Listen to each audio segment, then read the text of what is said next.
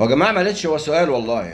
هما السادة النواب أعضاء البرلمان ومجلس الشيوخ لهم منا كل احترام وتقدير.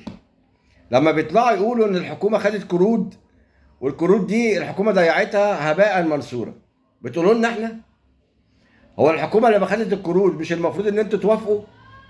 ولا أنتوا ما بتوافقوش والحكومة منها لنفسها؟ ما احنا مش فاهمين هي الدنيا ماشية ازاي عند حضراتكم يعني. طب هي خدت القروض وضيعتها، طب حضرتكم مش من حقكم تسحبوا الثقة من الحكومة؟ ولا ده ما عندناش الاوفر ده؟ طب حضراتكم انتوا بتحمونا من مين؟ من سيئات اعمالنا ومن شرور انفسنا، ولا بتحمونا من الحكومة وقراراتها؟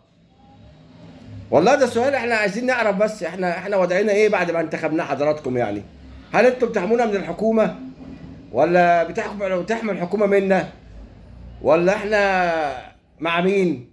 عشان احنا نبقوا فاهمين بس، يتوب علينا ربنا.